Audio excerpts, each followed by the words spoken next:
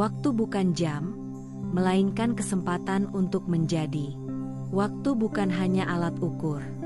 Ia bukan benda yang tergantung di dinding, bukan angka pada layar. Ia bukan milik jam, tetapi milik kesadaran. Waktu adalah instrumen ilahi yang tidak tampak, namun menentukan arah dari semua perjalanan. Bagi Tuhan, waktu bukan garis lurus dari masa lalu ke masa depan. Ia adalah medan kemungkinan, tempat di mana ciptaan tumbuh, berubah, dan menguji potensi dirinya. Dalam skema ilahi, waktu tidak diciptakan untuk mempercepat kehancuran. Ia hadir untuk mengatur irama kehidupan. Ia memberikan jarak yang cukup antara sebab dan akibat, antara keputusan dan dampaknya, antara keinginan dan kematangan. Tanpa waktu, tidak ada proses. Tanpa proses, tidak ada pembelajaran. Maka waktu bukan musuh, tetapi ruang terbuka untuk menjadi lebih bijaksana. Bagi makhluk hidup, waktu adalah guru yang tak pernah memaksa. Ia tidak membentak, tidak menghukum. Ia hanya berjalan dengan tenang, sambil membawa manusia pada pemahaman yang lebih dalam tentang dirinya. Dalam setiap detik, waktu menawarkan satu hal yang tidak bisa ditunda: kesempatan. Kesempatan untuk berubah, untuk menebus, untuk mencipta, untuk kembali ke arah yang benar. Dan kesempatan itu tidak dapat diulang. Sekali terlewat, ia menjadi bagian dari masa lalu yang hanya bisa dipelajari, bukan diperbaiki. Tuhan merancang waktu sebagai pengantar kesadaran. Dalam waktu, manusia belajar tentang kehilangan, perjumpaan, harapan, dan kefanaan. Semuanya ditata agar jiwa tidak tidur di dalam kenyamanan. Karena hanya dengan memahami bahwa segalanya bisa berubah, manusia tergerak untuk menghargai momen, memperbaiki langkah, dan menyentuh makna terdalam dari keberadaan. Banyak orang menganggap waktu sebagai beban. Mereka dikejar oleh usia, diburu oleh tenggat, ditekan oleh rutinitas. Padahal waktu bukan tekanan, melainkan penanda. Ia mengingatkan bahwa hidup bukan tentang memiliki segalanya sekaligus, tapi tentang memilih dengan sadar, menghidupi setiap fase dengan utuh, dan memberi tempat bagi setiap pengalaman untuk bermakna. Tuhan tidak ingin manusia mempercepat segalanya. Ia ingin manusia hadir, penuh, dan benar-benar hidup dalam saat ini. Di dalam waktu, Tuhan menyisipkan keajaiban. Benih yang ditanam tidak langsung menjadi pohon.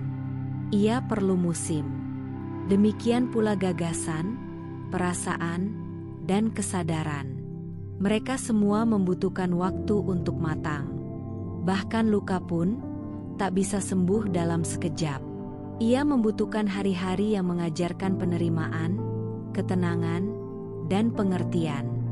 Maka waktu bukan penghalang kesembuhan, melainkan wadah di mana penyembuhan terjadi.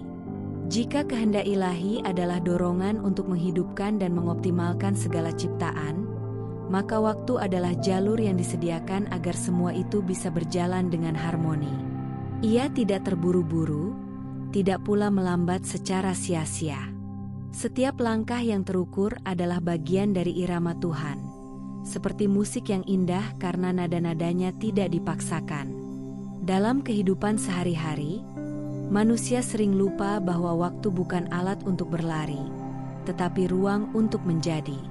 Ketika anak belajar berjalan, waktu menjadi kesabaran. Ketika seseorang menunggu kepastian, waktu menjadi latihan jiwa. Ketika usia bertambah, waktu menjadi pengingat bahwa hidup ini bukan hanya tentang pencapaian, tetapi tentang pertumbuhan batin yang tak terlihat mata. Waktu tidak bisa disentuh, tapi ia menyentuh segalanya. Ia mengubah wajah, melunakkan kemarahan, meredakan duka, dan memperjelas yang semula samar. Ia menunjukkan bahwa semua yang keras pun bisa melunak, semua yang muda akan menua, dan semua yang datang pasti akan berlalu. Tapi dari semua perubahan itu, Waktu mengarahkan satu hal, kematangan. Tuhan tidak menetapkan waktu sebagai pengukur umur saja, melainkan sebagai alat untuk menimbang kedewasaan jiwa. Sebab usia tidak menjamin kebijaksanaan. Hanya jiwa yang mampu memetik makna dari setiap perjalananlah yang tumbuh. Dan disitulah waktu menunjukkan perannya yang paling mulia. Bukan sebagai alat yang menghabiskan hidup, tetapi sebagai sahabat yang membentuk kesadaran. Di balik semua keterbatasan waktu, Tuhan menyembunyikan kebebasan. Justru karena waktu terbatas, manusia bisa belajar memilih dengan lebih berhati-hati. Jika hidup ini abadi tanpa batas, tidak akan ada urgensi untuk mencinta, untuk berubah, atau untuk kembali pada kebenaran. Karena waktu singkat, maka setiap pelukan jadi berarti, setiap kata jadi berharga, dan setiap pertemuan bisa menjadi pelajaran. Kita hidup dalam waktu, tapi bukan untuk diperbudak olehnya. Kita hidup dalam waktu agar bisa mengenali kekekalan. Karena ada hal-hal yang tumbuh dalam waktu, tapi nilainya melampaui waktu itu sendiri. Kebaikan, pengampunan, kasih, dan kesadaran. Semua itu bersemi dalam ruang yang disediakan waktu, namun akarnya menjalar ke keabadian. Dan jika manusia bijak dalam memperlakukan waktu, maka ia akan tahu bahwa setiap hari adalah ladang untuk menyemai. Ia akan memahami bahwa tidak ada waktu yang benar-benar sia-sia jika ia hadir sepenuh jiwa. Bahkan penantian pun bisa menjadi ibadah, jika dijalani dengan iman yang mendalam. Bahkan keterlambatan bisa menjadi pelajaran, jika diterima dengan kerendahan hati. Waktu adalah instrumen yang diam, tetapi kehadirannya mengubah segalanya. Ia tidak terlihat, tetapi jejaknya menyatu dalam seluruh realitas. Ia tidak berbicara, namun mengajarkan lebih banyak dari segala buku.